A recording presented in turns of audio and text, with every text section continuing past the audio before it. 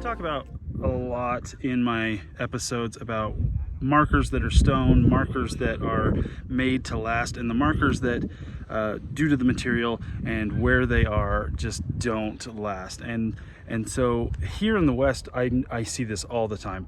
Wooden markers that have been placed that just wear away to the point where you can't read the names, you can't read anything, any information on that marker. And most of the time, those markers will deteriorate so much they'll just be gone. And that's how you lose a lot of markers and graves and all that kind of stuff. And so here's a good example of what happens to the wooden markers. This entire cemetery is a good example of this, but some are in remarkably good shape and some are just pretty much gone. For instance, this one obviously has rotted away from the base. You cannot tell who the marker was for. It is so worn. If it wasn't for the tombstone-like shape, you probably would just think it was a piece of scrap wood. Another one, for instance, this one has split completely, as you can see right through it. And eventually these things will get knocked over, much like the one that rotted away and lost. One of the things that keeps these graves here at this particular cemetery still recognizable is the metal plating in which they wrote the names and sometimes the information. But look at how thick that marker is. It is going to take quite a long time for that to rot away. One of the things I notice in a lot of these really old cemeteries, especially in the West, I'm not sure if it's because of the dry climate, but sometimes that happens. Where an obvious plot has kind of caved in.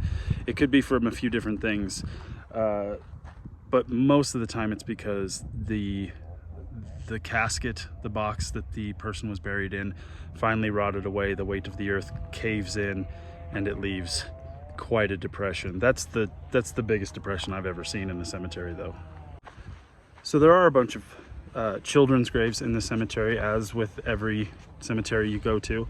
This one I found very comforting because the residents here in Tonopah have done something that I find very charming, very caring, and that is the children's graves have very fresh and new stuffed animals placed next to the markers to keep them company. I think that's it's very heartfelt, warms my heart.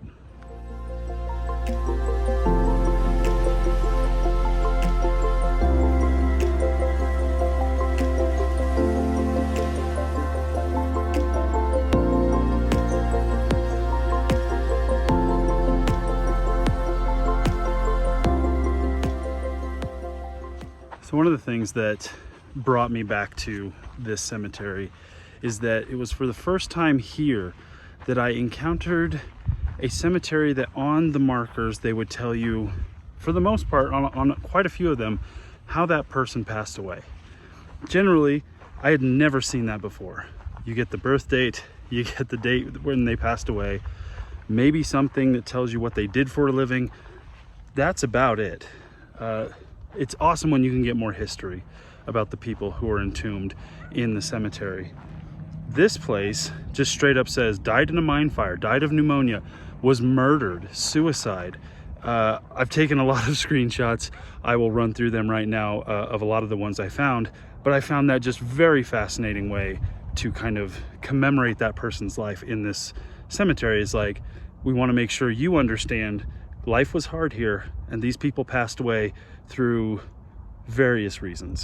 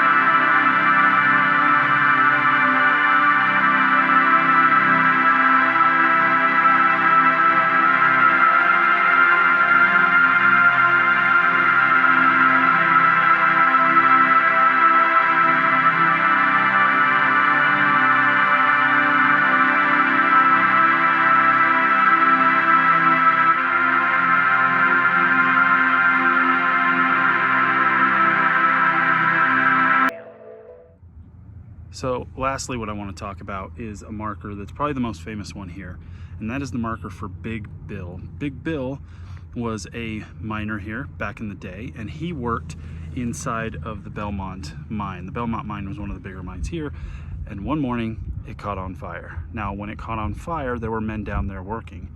Big Bill, William Murray, went down to save them twice. And the next time he went down to save more people, he did not come back up. So he's a hero.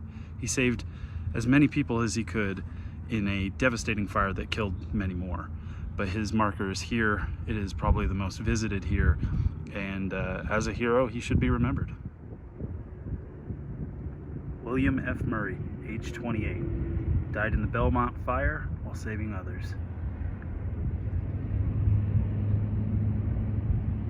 So, if you're ever in Tonopah, Nevada, make sure to stop at this cemetery. Oddly enough, it's located next door to the Clown Motel. I do not recommend staying at the Clown Motel. That place is not pleasant, but at least stop. Check out the cemetery. It's an amazing place. And because there's so much history included on the markers, you're going to want to stop at every single one. So make sure you plan accordingly. But I gotta get going, gotta head down the road. I'll see you next time.